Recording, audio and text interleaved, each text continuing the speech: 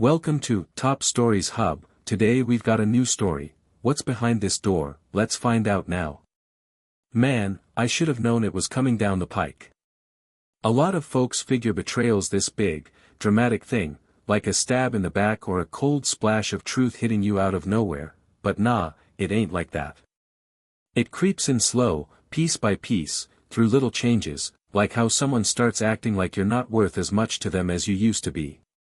Me and Emily had been split up for 2 years, but the way she eyed me that night at the fancy gala, it was like she'd been counting the days for this, waiting to catch me looking small, to rub my nose in it, to let me know I was dirt under her shoe now. Thing is, I wasn't, but she didn't have a clue. The gala went down at one of those swanky city hotels, golden chandeliers sparkling like they were crying money, waiters in sharp suits floating around with pricey wine, and folks dolled up like they stepped right off a glossy magazine page. It was the exact kinda spot Emily always fantasized about fitting into, the sort of joint she swore she was meant for. And now, hanging off her new guy's arm, she'd finally clawed her way in. I wasn't even planning to show up. My buddy Jake, who's also my business partner, practically yanked me out the door, insisting I had to show my face, let people know Ethan Parker wasn't 6 feet under yet. I didn't give a damn about that part, but I'll admit, I wanted to eyeball the crowd who'd figured I'd faded away after the divorce. And Emily? Yeah, she was right at the top of that list. She spotted me from the other side of the room, her lips curling into this smug, slow grin like she'd just won something. She leaned over and muttered something to the dude next to her, her new husband, Chris, some hotshot businessman who'd scooped her up when our marriage fell apart. His suit fit him like it was painted on, his shoes shined brighter than the chandeliers, and his hand sat on Emily's waist like he was marking his territory. She strutted over to me like she was royalty stepping off her throne, her eyes glinting with this nasty little spark. Ethan, she purred, tipping her head to the side, didn't think I'd catch you here. The way she dropped it, it was a velvet glove hiding a punch. I plastered on a tight smile. Yeah, well, surprises happen, don't they? Chris stuck out his hand, flashing a slick, rehearsed grin. Heard plenty about you, Ethan. I gripped his hand solid, wondering what kind of tales Emily had spun for him, probably nothing I'd want to frame. Bet you have, I said, keeping it cool. Hopefully it's all sunshine and roses. Emily let out this sharp, fake laugh that cut through the air. Oh, Ethan, she sighed, her gaze sliding over my suit like she was hunting for frayed threads, always the charmer. You had a knack for smooth talk, even when life was kicking you down. Boom, there's the first dig. I didn't flinch, just sipped my drink nice and slow. That only egged her on to dig deeper. Been a minute since we last chatted, she pressed, her tone dripping with this gross blend of pity and arrogance. Word is you've been laying low. What's keeping you busy lately? I saw her game a mile away, she was itching for me to trip over my words, to spill that I was barely scraping by, to back up whatever sad little story she'd cooked up about me. I didn't bite. Doing just fine, I said, short and sweet, not handing her an ounce of ammo. She pursed her lips, faking a letdown. Good to know. I was kinda worried about you for a bit, divorce and all, must have been rough getting your feet back under you. Man, she was loving every second of this. Chris, playing the polite sidekick, gave a little chuckle, but I could tell he was sizing me up. He didn't really know me, just swallowed Emily's take on me whole, the washed-up ex who couldn't let go. I let her ramble on. Guess it all shakes out how it's meant to, she said, tossing out a big, theatrical sigh while she squeezed Chris's arm. Never thought I'd land where I am now. Life's been unreal since I tied the knot with Chris. I gave her a tiny nod. Sounds like a dream. She leaned closer, dropping her voice like we were sharing a secret, but loud enough for the nosy folks nearby to catch it. He got me this stunning mansion right here in the city, she bragged, her eyes sparkling like she'd hit the jackpot. You've gotta see it, Ethan, it's got everything I ever dreamed of, 7 bedrooms, a marble entryway, a pool that takes up the whole damn backyard. And the neighborhood? Top tier, only the big shots live there. I felt the room's vibe shift, people were tuning in. She wanted them to hear it, to know Emily had leveled up big time. Then she tilted her head and dropped the hammer. Bet you're still crashing in some rundown shack, huh? Her words landed like a smack in the face. A couple people snickered under their breath, others hid grins behind their fancy glasses. All eyes were on me, waiting for me to squirm. Emily had always been this way, sneaky mean, cutting you down so smooth it almost felt like a compliment. But tonight? She didn't even know who she was messing with. I just grinned, not some fake, gritted teeth thing, but a real, easy smile that threw her off. Yeah, something along those lines, I said, calm as you please. That was it, no comeback, no defense, no big show. And that's what rattled her cage. Her face flickered with a hint of, what the hell? She'd been banking on me folding, maybe stammering out some excuse or flashing a beatdown look. She got zilch, and it threw her off balance. Well, she said, scrambling to take the reins back, maybe someday you'll get a taste of the high life. I let out a quiet laugh. Could be. I could have unloaded the truth right there, told her Chris didn't buy that place, that I owned the whole damn estate, that she'd just taken a swing at the guy pulling all the strings. But why spoil the fun? I figured I'd let her soak in her little victory for now, 'cause what Emily didn't see coming was how life loves to flip the table. Pretty soon, she'd be the one staring me down, humbled, broke, and out of moves. She just hadn't figured it out yet. I strolled away from that little chat with Emily feeling kinda tickled, not pissed, not bitter, just this low-key buzz of amusement. 'Cause she was clueless, didn't know who I'd turned into, didn't grasp what I'd put together, didn't realize that mansion she was showing off like a prize pony. It was mine, through and through. If she had the faintest idea, would she still have smirked at me like that? Would she have strutted her success in my face like some shiny metal? Or would she have choked on every word, figuring out she'd been crowing about living in my world? Didn't need to ponder that one, I already had the answer. She never really got me, not back when we were hitched, and sure as hell not now. Here's the real deal, after Emily walked out, I didn't wallow in my beer or fall apart. I didn't spend my days boohooing over a chick who never thought I'd amount to much. Nope, I got to work. Day after day, I stacked it up, deal after deal, brick after brick, till I had something nobody could touch. I'm no dummy. I knew her type cold. She was hooked on the glitz, the image, making damn sure everybody knew she was a big deal. Back when we were a thing, she couldn't stop chasing the next shiny toy, fancy purses, ritzy getaways, those uppity dinners where she could hobnob with the elite. And she'd get all sour at me 'cause I wasn't one of 'em. I can still hear her sighing every time we'd cruise past those big, fancy houses in town. Ethan, I want to live in a place like that someday. Picture it, huge, with a killer view. She was all about that life, but she didn't want to put in the grind to get it. Me? I was different. Started small, just one little property, a cheap buy in a neighborhood on the upswing. Fixed it up, sold it for twice what I paid, then did it again. Kept at it till I wasn't just flipping houses, I was holding M. By the time Emily was saying, "I do," to Chris, I wasn't some small fry anymore. I had whole estates in my pocket. That spot where her new man bought their mansion. Yeah, that was mine, lock, stock, and barrel. I played it smart, kept my name off the radar. Funneled everything through dummy companies and quiet partners so nobody'd see Ethan Parker listed as the big boss of those multimillion-dollar spreads. But make no mistake, I ran the show, controlled every square foot, every lease, every mortgage tied to M.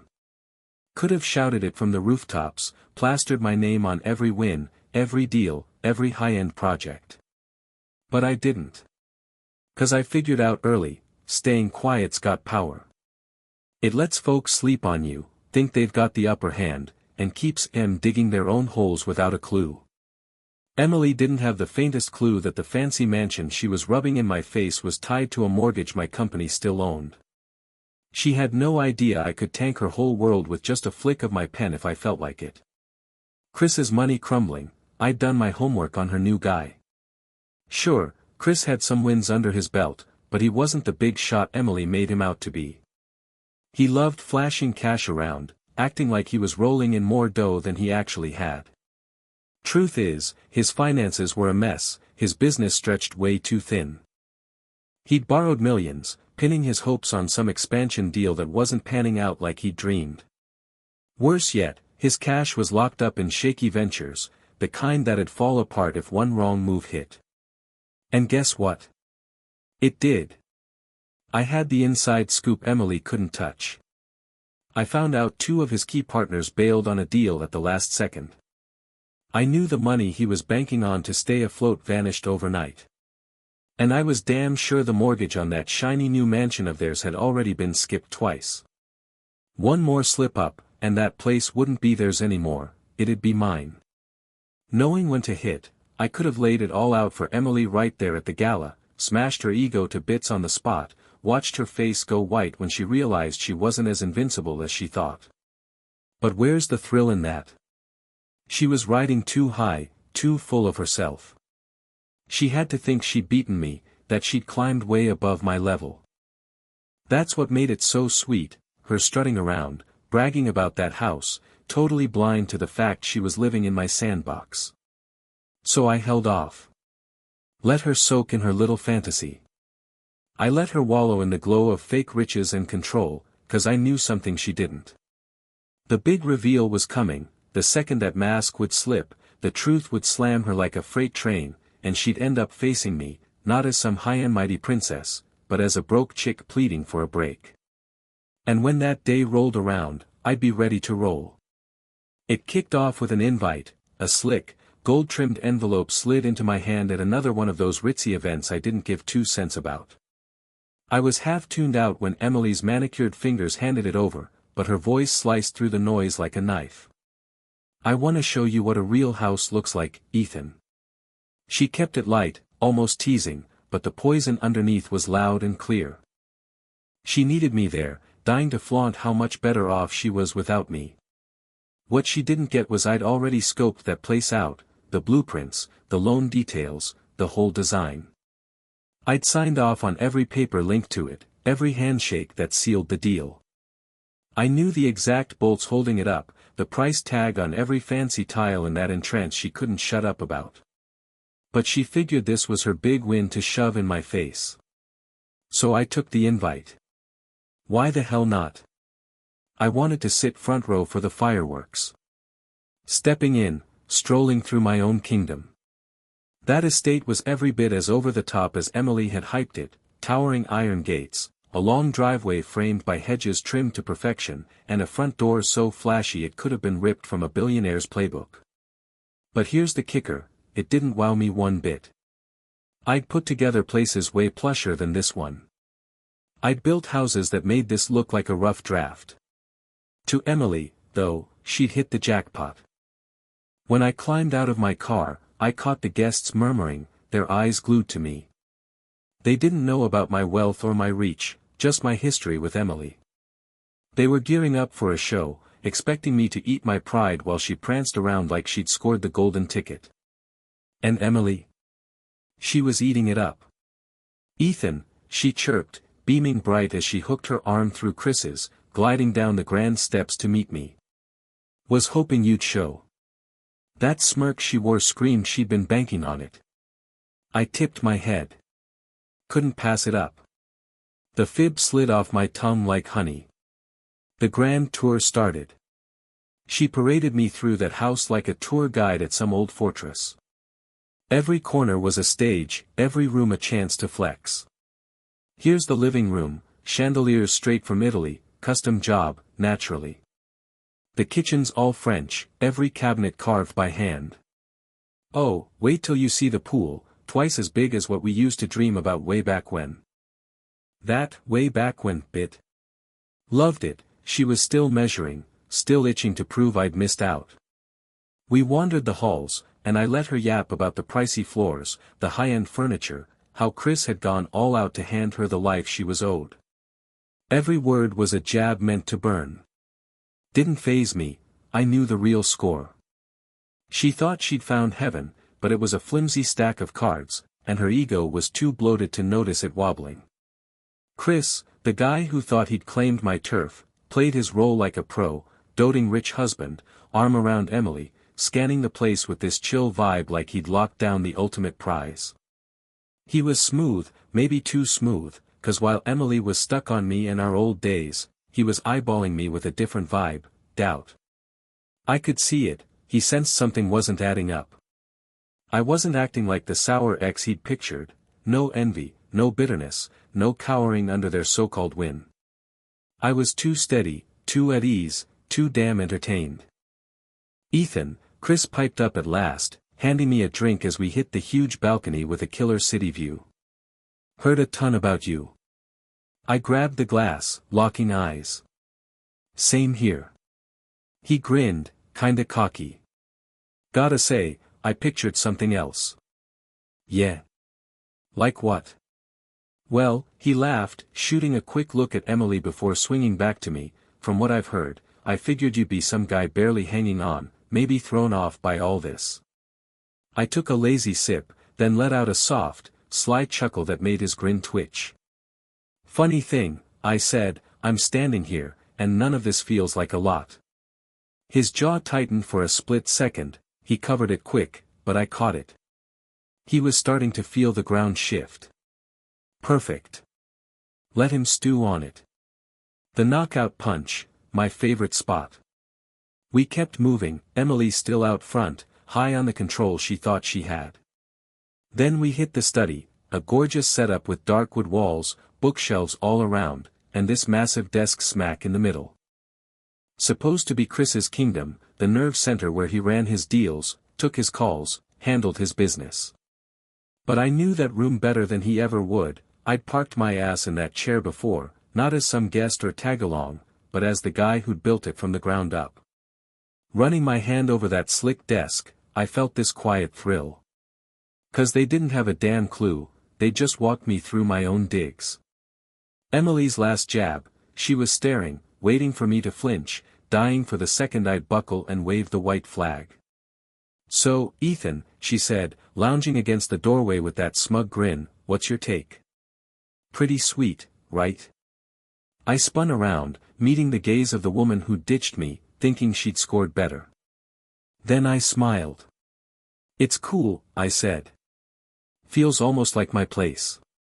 Her smirk slipped, just for a heartbeat, something in how I said it, too casual, too in the know, made her pause. Before she could connect the dots, Chris jumped in. "Well," he said, glancing at his watch, "guess that's enough shop talk for now. Time to get back to the crowd." He was antsy now. Good. Let it sink in.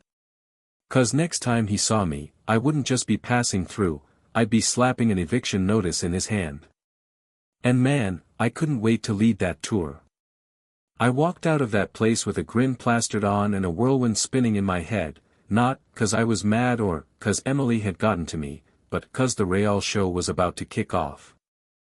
I'd seen plenty, felt the vibes, and now I'd locked down what I'd already guessed: Chris wasn't the powerhouse he wanted everyone to buy into. The house, the glitz, the cash, it was all a shaky setup propped up on loans and dumb pride. Emily, strutting around all high and mighty, didn't have a hint. But me? I was in the know.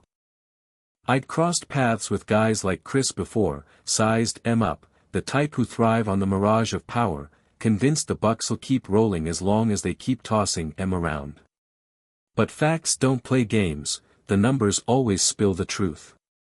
The cracks showing, that night, kicking back in my own pad, way fancier and pricier than anything Emily'd ever stepped foot in, I got on the horn. First call was to my money crew: dig up every scrap you can on Chris Taylor, his deals, his holdings, his debts. I want the full rundown. Next, to my bank buddies, peek into his credit, loans, missed payments, anything juicy. Let me know what's up. Didn't take long, inside 24 hours, I had it all, and it was just what I'd figured. Chris Taylor was in deep shit. Real deep. The money pit. Here's the first thing I figured out: Chris wasn't swimming in cash like he made it seem. His outfit, Taylor Enterprises, was propped up on a shaky pile of huge loans and dicey bets. His golden ticket was this overseas property deal, supposed to make him twice as rich in a blink. But shit hit the fan, the deal tanked, the market flipped, his backers bailed, and Chris was left high and dry, bleeding green. Worst part? He didn't have a plan B. So what's he do? Digs himself deeper, borrowing millions he couldn't swing. That house Emily couldn't stop yapping about, the one she waved around like a trophy of her big win. It wasn't even close to paid off. Chris had saddled it with a monster mortgage, and those monthly hits were starting to bury him. 2 payments already down the drain, 1 more, and the bank's stepping in. Guess who's holding that mortgage? Yep, me. The breaking point, that last deal falling apart. 2 weeks later, the hammer dropped. Chris was clinging to this one final play to pull himself out, a flashy merger to pump some lifeblood into his company's cash flow. But the second I saw who he was banking on, I grabbed my phone. Guy I'd done business with before, owed me one. Ditch the deal, I said. Right now. Boom, his lifeline was gone. Come morning, Chris Taylor was sunk. Stock crashed, investors freaked, banks started clawing back what they were owed, and Chris? He'd just lost it all. Emily's happy little bubble, she didn't have a damn hint. Still strutting through town like she ruled the roost, no idea her fancy perch was sinking in quicksand. Caught her at another shindig not long after, same cocky grin, same high-dollar dress, same old sass. And she had the nerve to saunter up, spinning her wine glass like a pro. Ethan, she cooed, voice all sugar and spite, gotta say, I'm shocked you're showing your face. After checking out my place, I thought you'd steer clear of folks who've actually made something of themselves. I nearly cracked up. Instead, I cocked my head, eyeing her close. You look pleased, I said. Everything peachy. She smirked. Why wouldn't it be? I shrugged. Just checking. I let it hang there, let her stew in her own smugness. She didn't suspect a thing, still buying the fairy tale. I wasn't about to pop it, not just yet. The endgame kicking off, the next week, Chris missed that 3rd payment, and that was that. Done deal. The bank didn't blink, foreclosure kicked into gear right away.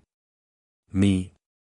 I was biding my time, 'cause the next time Emily laid eyes on me, it wouldn't be at some glitzy party where she could flaunt her shiny new life. Nah, it'd be me slapping an eviction notice in her hand. And man, that was a payoff worth holding out for. Some moments in life you wait on, not 'cause you're petty or spiteful, but 'cause it's about what's right. This was one of those. I'd been sitting tight for months, watching from the sidelines while Emily pranced around in a life that wasn't even hers, showing off a luck setup built on borrowed bucks and a whole lot of desperation. Now it was time to yank the carpet out, let the real world smack her, and cash in my chips. The official word went down on a Wednesday. Foreclosure rolled fast, too fast for Chris to wiggle out. His frantic stabs at cutting a new deal flopped hard. The bank wasn't playing nice with guys like him, dudes who borrowed big beyond their reach, gambled cash they didn't own, figured winning was all about splashing it around, not stacking it up. Just like that, the mansion wasn't his anymore, no more dodging, no extensions, no Hail Marys. The foreclosure notice got stamped, the bank, under my thumb, set an eviction day, and the cherry on top. I made damn sure I'd be the one dropping it off. Cruising to her place, eviction morning, I took it slow. No hurry, I'd already locked this down. I could see it clear as day, Emily, still oblivious, sipping her overpriced coffee in that ritzy kitchen, plotting her next shopping spree, no clue her whole gig was crashing today. Pulled up to the estate, gave that house one last look, big, loud, over the top, and soon to be a ghost town. Felt almost like a poem. She dragged me here to crow, to shove my face in it, to parade her success, and now I was rolling back, not some guest, not some nobody, but the guy who owned it. This time, I wasn't walking away with nothing. The knock that flipped it all, I hit the doorbell and hung back. Few seconds later, Emily swung the door open, rocking her usual designer getup, looking sharp, flawless, untouchable, at least for the moment. Her forehead creased the second she clocked me. "Ethan," she said, squinting, "what are you doing here?" I handed her the envelope, the eviction notice. She barely gave it a peek. "What's this supposed to be?" she snorted, rolling her eyes. "You pulling some prank?" Then she scanned it, slow, word by word, and I saw it hit, the cracks forming, her world splitting open as it sank in. She read it twice, 3 times, like staring harder might rewrite it. Her hand shook, her face went pale, her eyes snapped up to mine, full of shock and something raw. "Ethan, what the hell is this?" she whispered, but that cocky tone was gone, it was shaky, scared now. I tilted my head, playing dumb. "What, you don't know an eviction notice when it's staring at you?" She shook her head fast. No, this ain't right. Chris owns this place. It's ours." I flashed a slow, steady grin. "Not anymore, it isn't." The fall starting, she stumbled back a step, breath hitching in quick, frantic bursts. No, this can't be real. It's a screw-up. Chris'll sort it out." I shrugged. "Might wanna ring him, but don't hold your breath, he's been wiped out for weeks." Her mouth dropped. "Wiped out? What are you talking about?" I sighed, almost feeling a twinge of sorry for her. "Your man's flat broke, Emily. Has been for months. Bet it all on a deal that went bust, and now he's got zilch, no business, no cash, and sure as hell, I waved around, not this house." She rocked back against the doorframe, trembling. No way, that's bullshit." He swore," I cut in. "Swore what?" "That he was still loaded. That it was all good." I let out a little laugh. "He fed you a line." And I watched it slam home, all that swagger, the taunts, the fake-ass life she'd been riding, it crumbled right there. Chris's frantic comeback, right on time, tires squealed into the driveway. Chris, he half fell out of the car, suit all rumpled, eyes wild, looking like a man who'd just seen a ghost. He zeroed in on me fast, face twisting between fury and fear. "You," he barked. "What the fuck are you up to?" I turned smooth, hands sliding into my pockets. "Dropping off an eviction notice." "You're squatting on my land." His color drained. "Your land?" he sputtered. I nodded. "Yep, mine. Always has been. You've been crashing in my house, Chris." His jaw worked, open, shut, open, like he couldn't wrap his head around it. No, that's crap. We had a loan with the bank, which they handed to me the minute you fucked up," I grinned. "Told you, my house." I stood there as it clicked, watching Chris Taylor get it, he'd lost it all, and the kicker. I'm the one who snatched it. The last hit, Emily spun on him, eyes blazing with betrayal. "You said we were solid," she screamed. "Said we weren't in deep shit." I thought I could patch it," Chris mumbled. "Had a deal in the works, that went belly up," I cut in, "and left you broke." Emily's hands shook. So that means," she faced me, her pride in pieces. "Ethan," she breathed, "please, don't do this." I tilted my head. "Why not? You told me I live in a shithole, what do I want with this place?" Tears welled up. "Please," she begged, "Ethan, nope." Her lips quivered. "Ethan, I'm sorry." I smirked. "Too damn late." I spun around and walked off, feeling the sweet heft of winning resting easy on me. Behind me, Emily's muffled cries hit the air, Chris's fist smashed into the door, and the sound of their whole world crashing down rang out. Sliding into my car and peeling away from the wreck of their fake little life, I let out a quiet, smug laugh. 'Cause when it came down to it, they'd sneered at me, chuckled at my expense, made me feel small, but now they were the ones with nothing, and me, I'd snagged it all. Folks say karma's a slow burn, that life takes its sweet time handing out what's due. But that day, karma came screaming in hot. The second I stepped off that porch, the real meltdown kicked off, and I got to soak in every damn minute. The walls caving in, as I headed down the steps, Emily's howl bounced around behind me. It wasn't just surprise anymore, it was straight up, gut-deep fear, the noise of a woman who just clocked she wasn't bulletproof no more. I got to my car, took my sweet time popping the door, and in that little pocket of quiet, I heard it all go down, the blowout. Emily and Chris ripping into each other. "You fed me lies," Emily screeched, her voice high and brittle, snapping under the panic. I was busting my ass to fix it. Chris fired back, his voice thick with desperation flipping into anger. "What, you think I wanted this mess? You swore we were good." I believed, a beat, then a loud crash, maybe a vase smashing on that fancy marble floor. Then Emily's tone sank, heavy with spite. "You've destroyed us." I nearly cracked up right there, 'cause the truth was finally sinking in for her. The house? Gone. The cash? Poof. And for once, she couldn't point the finger at me.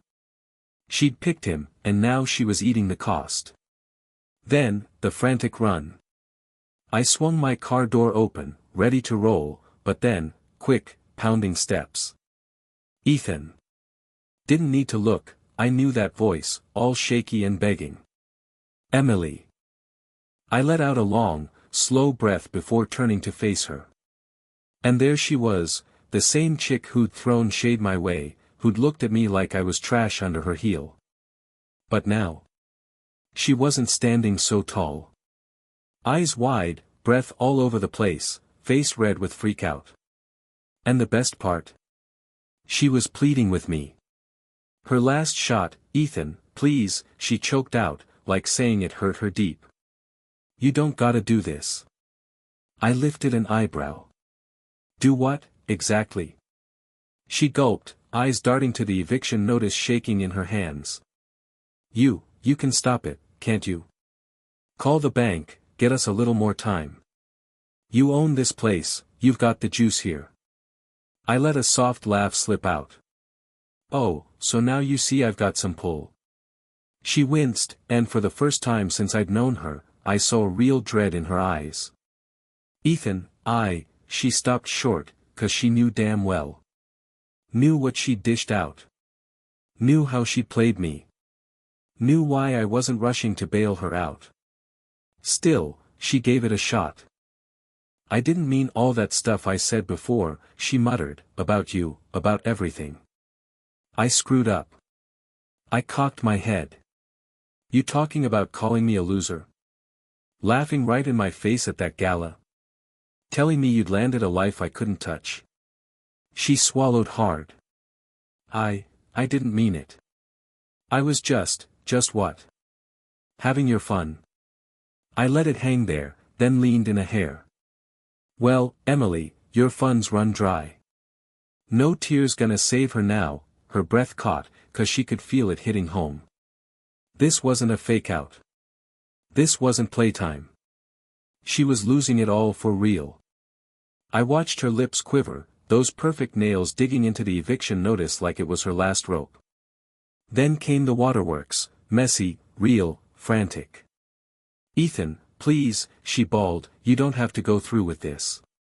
We can sort it out." I laughed, straight up laughed.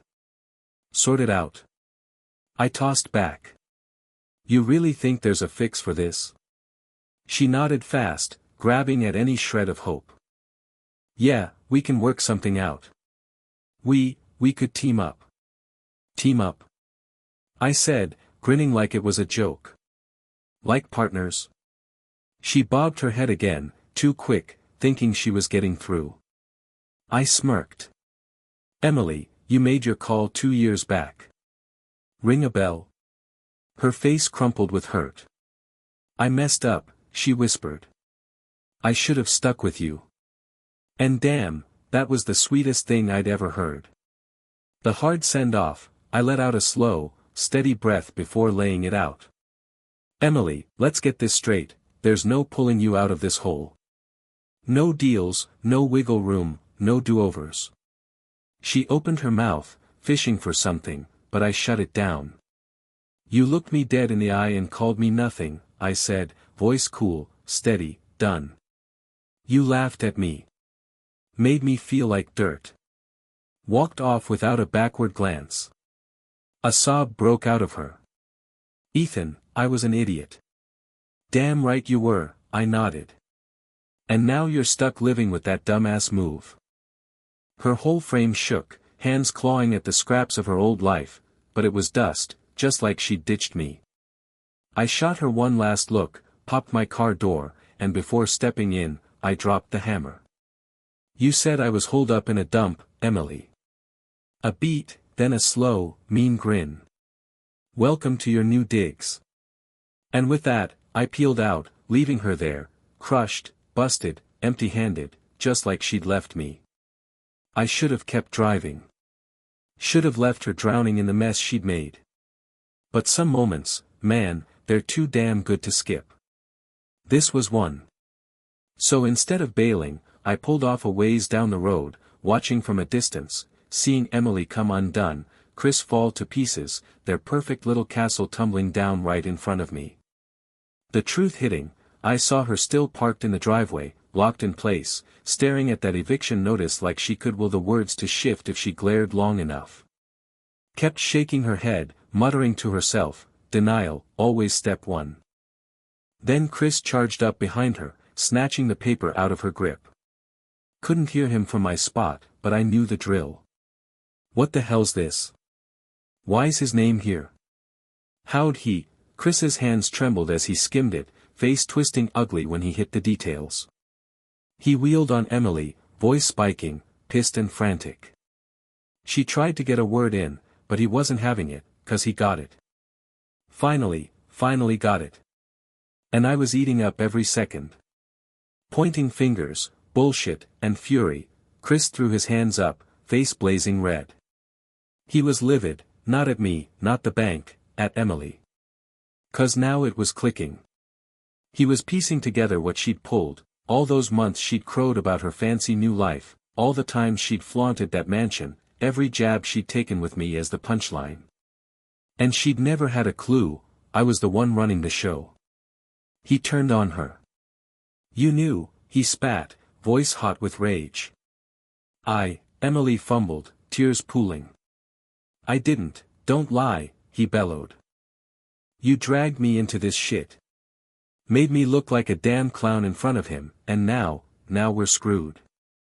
His fists balled up, whole body buzzing with anger. And for the first time, Emily looked tiny, fragile, like she finally saw how bad she'd fucked up. Too late, though. Chris Taylor's crash, he paced the driveway, yanking at his hair, panic clawing up his chest. 'Cause he had zip left, accounts locked, investors ghosted, house gone, all thanks to me. He spun back to Emily, lip curling in disgust. I handed you everything, he snarled. Every damn thing. And this is how you repay me. Her shoulders quaked. Chris, please, no, you don't get to whine. No begging. He chucked the eviction notice at her feet. You were so damn full of yourself, huh? Thought you had it all locked down. She hid her face in her hands, sobs shaking her quiet, but he kept going. You dumped him for me, he hissed, voice ice cold now, and now you ain't even got me. A heavy, brutal quiet dropped between and I watched Emily's world blow apart, 'cause she knew. She finally knew. Chris was bailing, just like she'd bailed on me. Her last wild swing, she lunged, grabbing his arm.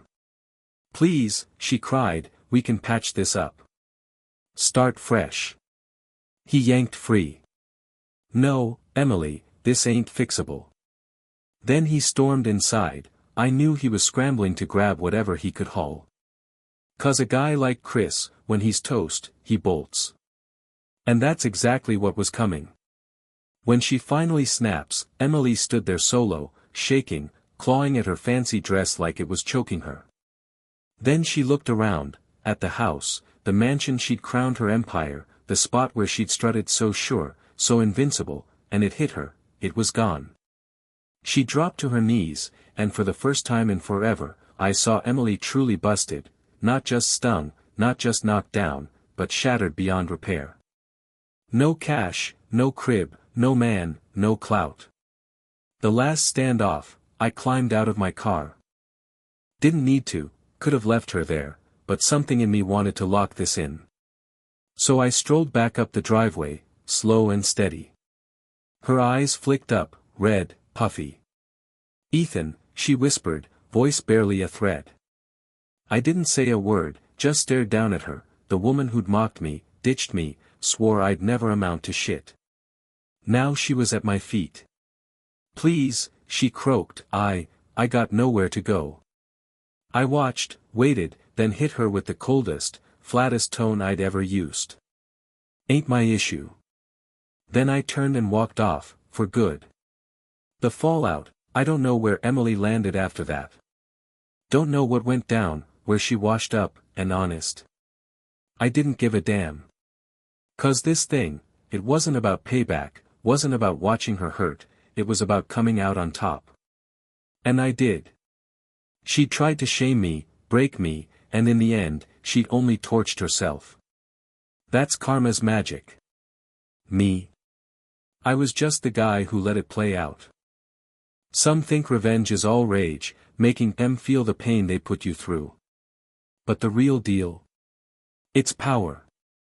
And right then, I had it all. I wasn't just stepping away from Emily's trashed life, I'd set the whole thing to blow. Now, all that was left was kicking back and enjoying the show. Seeing it all unravel, after I left Emily there on the driveway, busted up and on her own, I figured maybe that was it for me. But fate? Nah, fate wasn't done yet. Word got around quick.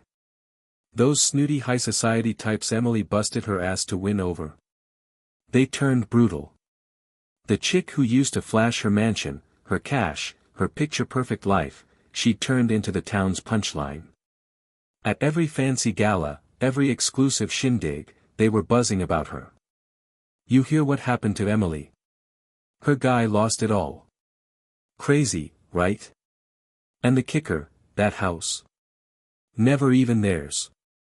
Her ex owned it the whole damn time. They snickered, tore her apart, just like she'd done to me. And me?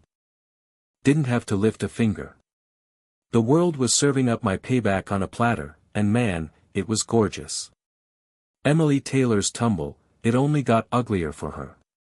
With Chris out of the picture, she was left with nada, no gig, no dough, no pals stepping up. She reached out to the crowd that used to kiss her ass, the ladies who'd gush over her fancy life, the guys who'd toss flirty lines her way at parties, but poof, she wasn't hot shit anymore. Emily with no money was just some sad, has-been chick clawing at yesterday. She tried brushing it off, acting like it was no biggie, just a little bump in the road. Nobody was buying it, truth was way too juicy to ignore. And me? I just kicked back and took it all in. One last surprise run-in, one night, I'm grabbing dinner at this top-notch spot in town, the kind of joint Emily used to adore, the type she swore I'd never fit into. I'm parked by the window, sipping my wine, chilling in the success she never thought I'd snag. Then she walks in. But this ain't the Emily I knew. No polish, no high-end labels, none of that cocky glow from someone who thought they'd conquered life. Nah, she looked shrunk, dress off the rack, hair a mess, eyes worn out, hollow, lost. She scoped the place, hunting for a familiar face, someone to throw her a lifeline. All she got were folks who couldn't care less now. Then her gaze hit me, and for a second, I saw it flash, recognition, the penny dropping, the embarrassment. I didn't blink. Wanted her to soak in every bit of it, every choice, every dig, every time she'd looked at me like I was less. Now she was the one down low. She froze, sucked in a wobbly breath, then started shuffling my way. Her final move, Ethan, her voice came out quiet, frail, miles from the bold, stuck-up woman who'd laughed in my face once. I didn't say a word, just eyed her. She swallowed, sneaking a glance around like she was checking for witnesses. Can I chat with you a sec? I leaned back, took a slow pull of my wine. About what? Her eyes sparked with something needy. Ethan, I screwed up. I raised an eyebrow. Which time? Her face fell apart. Every damn one. I tilted my head, playing like I was mulling it over. Gonna need some details. She let out a shaky puff of air. Dumping you, hitching up with Chris, treating you like crap. I get it now. Oh yeah. There it was, regret, her finally seeing she'd tossed out gold for garbage. But I wasn't letting her rewrite the past. So what's clear to you now, Emily? I asked, keeping it cool, steady. Her lips shook. I should have stuck around, she edged closer, should have had faith in you, another step, should have never walked away. And then, the line I'd been waiting on, the one I knew was coming, Ethan, any chance we could try again? The last strike, I locked eyes with her for a long stretch, letting her think she might have an in, letting her cling to that flicker of hope. Then I let out a slow, measured laugh. Emily, I said, shaking my head, you still don't see it, do you? She blinked. See what? I leaned in a touch, voice dropping low. This ain't about us hitting reset. I let it settle, then, it's about you figuring out I was always out of your league. Her breath snagged, face twisting up in hurt. She tried to talk, but nothing came, 'cause she knew. Knew this wasn't a redo. It was her reckoning. And me? I just dropped it on her. I got up, tossed some bills on the table, shot her one last glance. Have a good night, Emily. Then I brushed past her, no backward look, didn't need it. I'd already won. Victory tasting sweet, that night, rolling away in my car, I felt something I hadn't in years, calm. 'Cause revenge? It ain't about hurting ain't about settling scores. It's about getting so damn untouchable their absence don't mean squat. And Emily? She was nothing now, just a chick who let the best thing she had slip away. Me? I was right where I belonged, on top, unbreakable, and finally, totally free. Hope you love this one on Top Stories Hub. Subscribe if you haven't yet, leave a comment, and let's keep the stories flowing.